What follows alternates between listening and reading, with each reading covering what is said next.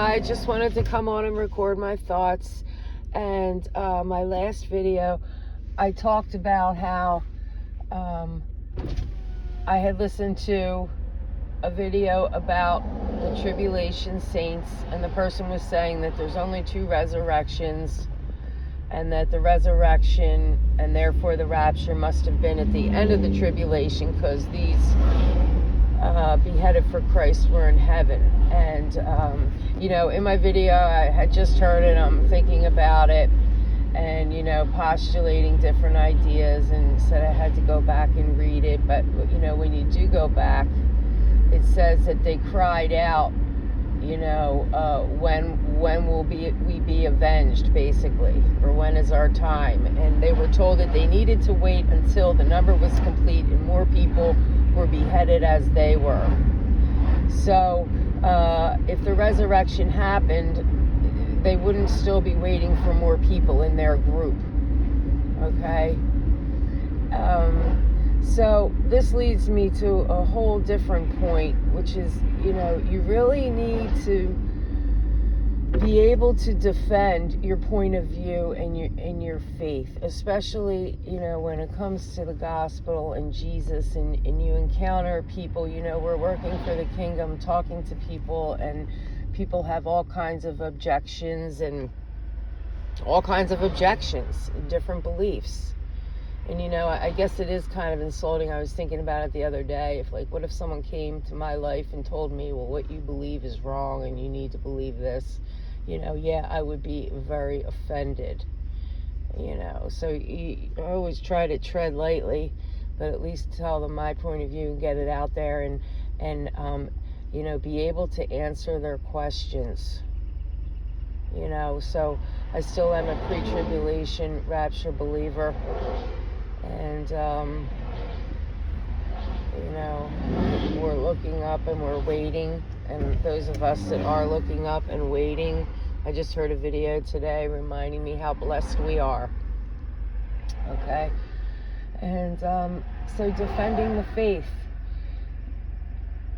I learned to defend the faith just by talking to people when they have different questions, especially my son. Because they have the most basic yet profound questions.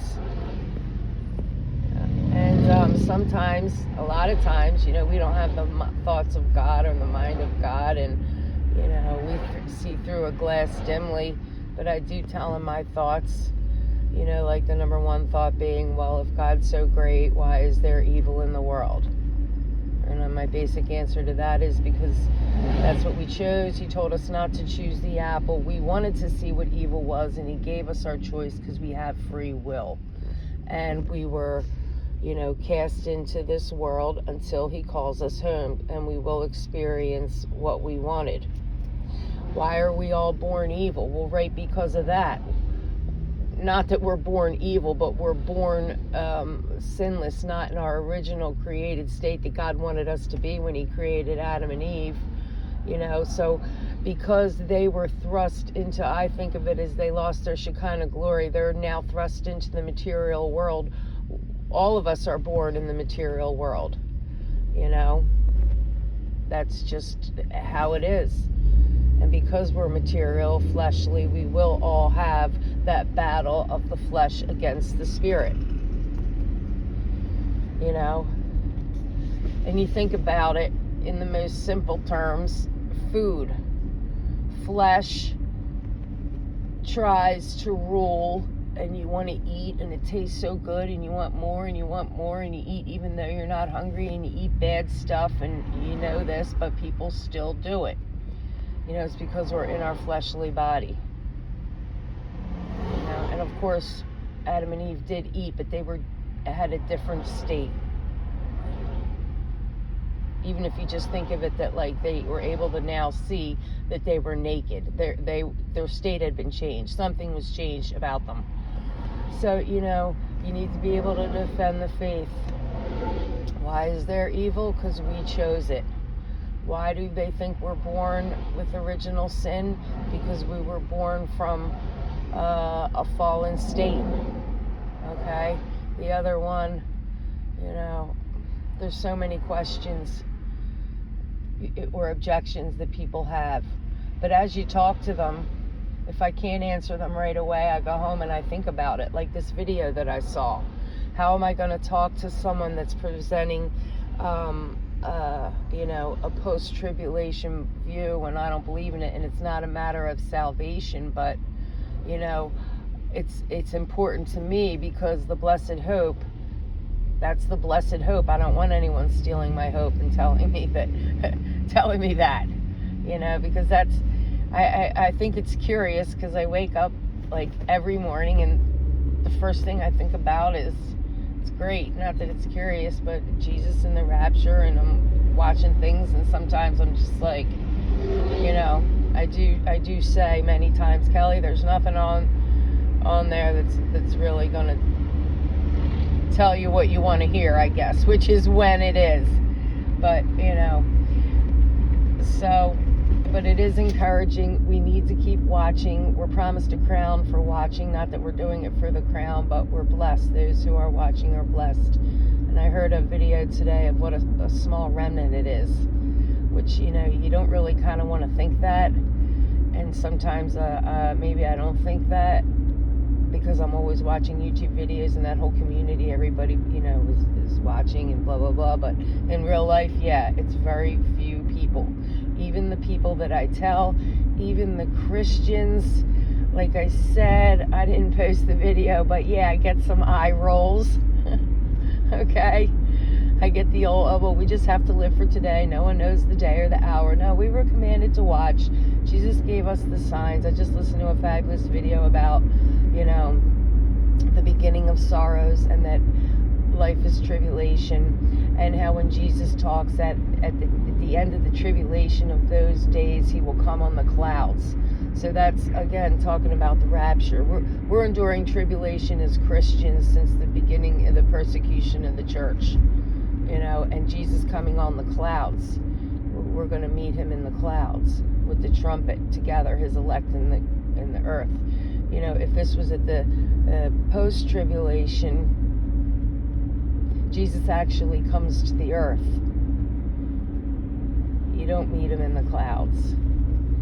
But the point is that life is tribulation. So, I just listened. Of course, it was a pre-tribulation video, so that at the end of the tribulation of those days means for us, the believers, it's the end of the beginning of the sorrows. And there is a certain day count to it, but I'm not really sure. But it's just like everything you do listen to, you learn more stuff. Even if you don't believe what they're saying, or it hits you as wrong, or like when I'm listening to that video that talked about, the post-tribulation rapture, I get little dings like, well, no, that's not really what it says, or that's not really true, or sometimes you'll get a ding like, oh my God, is that true? I have to go reread it, and like I said, to me it was a panicking moment because I don't want anyone taking away my blessed hope, because I am a firm pre-tribulation rapture believer, and he said to watch, therefore we would know if it's at the end of the tribulation, we would have all the day counts, and we would know more, and it wouldn't be people eating and drinking, marrying and giving in marriage, and it wouldn't be two people in a bed, one taken, because like I said, in my last video, is that's not going to be possible, because you're either going to have the mark and be free, so-called free, or you're going to be a Christian and not be with someone with the mark, or so it's real important to defend the faith. Talk to people when they ask you questions that you can't answer. Think about it. And I talked about in the last video how all scripture is really revealed by the Spirit, and there's different meanings, different layers. One prophecy could be actually talking about like a cyclical event, like many or more than one prophecy embedded in there. And the Bible, they say this is another way you need to defend your faith. They say, oh, it's written by man. If you really research the Bible, it's like the most super hyperlinked document ever created. It's actually a supernatural document. It has codes in it. It has, it's amazing. The prophecies, well, it's the Word of God. So, believe me, God created the world. He has a way to preserve His Word. Okay? Well, the Bible's been translated so many times. Well, what, are you going to read it in Aramaic? Are you going to read it in Greek? No. It has to be translated. Like these people's arguments. I try not to get mad. You can tell in my voice I'm a little agitated. But, patience and long suffering. Patience and long suffering. And I have to tell you, I feel like I had a kind of like a breakthrough in my life. And I talk about spiritual warfare. And I listened to, it was a video, I believe it was called, I think it's called like Matthew's Testimony. And he talked about how he had a vision or a dream from God. And he said, it was all about forgiveness. Do you want to see Satan gone? And he said yes. And he said, well, take all your unforgiveness and get rid of it. Something like this. I'm paraphrasing. And when he did that, Satan was bound. And, I really feel that I made a breakthrough, forgiveness. I feel that I always had like short-term forgiveness of people, but I feel like I experienced a deeper level of forgiveness. And in that, I realized that it's not even really me forgiving them, that I had a hand in this. I had a part. We're all creators of our own destiny in a way. As a man thinketh, so he is. And we all do bad things. So, I feel like I really recognized and felt bad for my part in everything I played, and that, an argument takes two people. So you do need to forgive, but you also need to look at yourself. What part did you play? And then forgive yourself. I mean, have you ever looked at your part in an argument and you kind of feel sick, like, oh, I shouldn't have done that, or oh, it wasn't wrong, and then some people react to it differently. I try to like deal with it and apologize, or, what would Jesus do? Other people, especially if they're, maybe not like that, they get more angry. How many stories have you heard where someone gets caught cheating and they get mad? The cheater gets mad. It's kind of like, some people, when they know that they're wrong, they can't forgive themselves, and they lash out and they deny. So I don't know how I even got into this, but, if you're having trouble with forgiveness, you just go to the Lord, and He's the only reason that we can even breathe and exist. And I was thinking about it today, how the Lord is in us, actually yesterday, in us, with us, and upon us. And that, like, we're really actually living a co-life, a coexistence, It's always my prayer to hear more, to discern more, But I just wanted to come on and give my thoughts. And time is short. You need to talk to people about Jesus. And I think about this too. It's not just talking about Jesus like, oh, you're having a hard time, tell them about Jesus. Yeah, that's great. That's wonderful. But the ultimate goal is to tell them that, Jesus will save you from hellfire and for all eternity. Because as hard as it is, like we just talked about, we are born from original sin. We all need to turn to the Father. We all have free will. That's another way to defend your faith. How could God send people to hell? He's not. You're choosing it. If you choose not to know God, then you're choosing not to be with him. And when you go to heaven, you made your choice. You chose not to know him and be with him, and he's giving you your choice, which includes all his love and blessings. I keep going off on tangents. My mind, goes fast, but I hope everyone has a great day. Time is short, but this was my last message. It's, to just talk about more than just, Jesus, but really talk to them about how he will save them and how it doesn't matter what you've done on earth. Jesus forgives. The only unforgivable sin which is blasphemy, which is like basically in my eyes non-belief. Okay?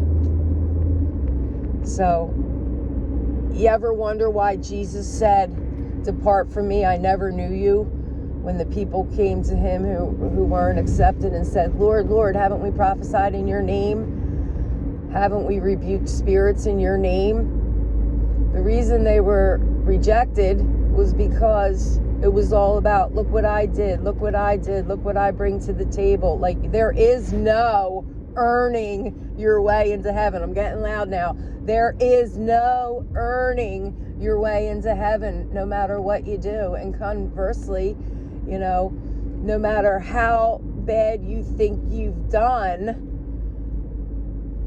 there is freedom and life and love in Jesus. And that's the whole point of talking about Jesus. And sometimes I think we miss that.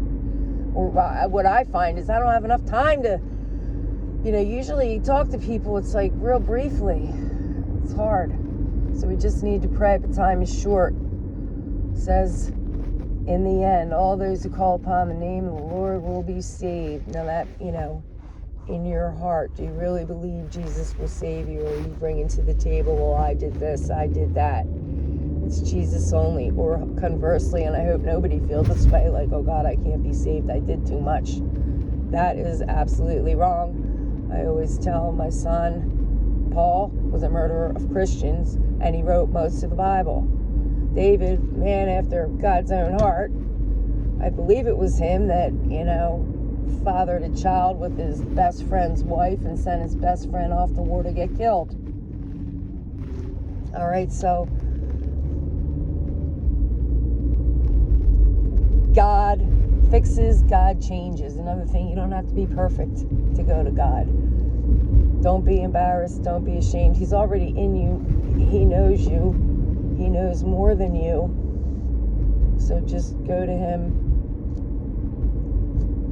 and don't be scared. Fear of the Lord is the beginning of wisdom. But don't be so scared that you don't go to him and talk to him. He's your father. He loves you. If you have children, I'm sure you would understand you. Children can always come to you no matter what they did. All right, I'm almost to work. I got to go. Hope you guys have a great day. This was kind of a long one. Bye-bye.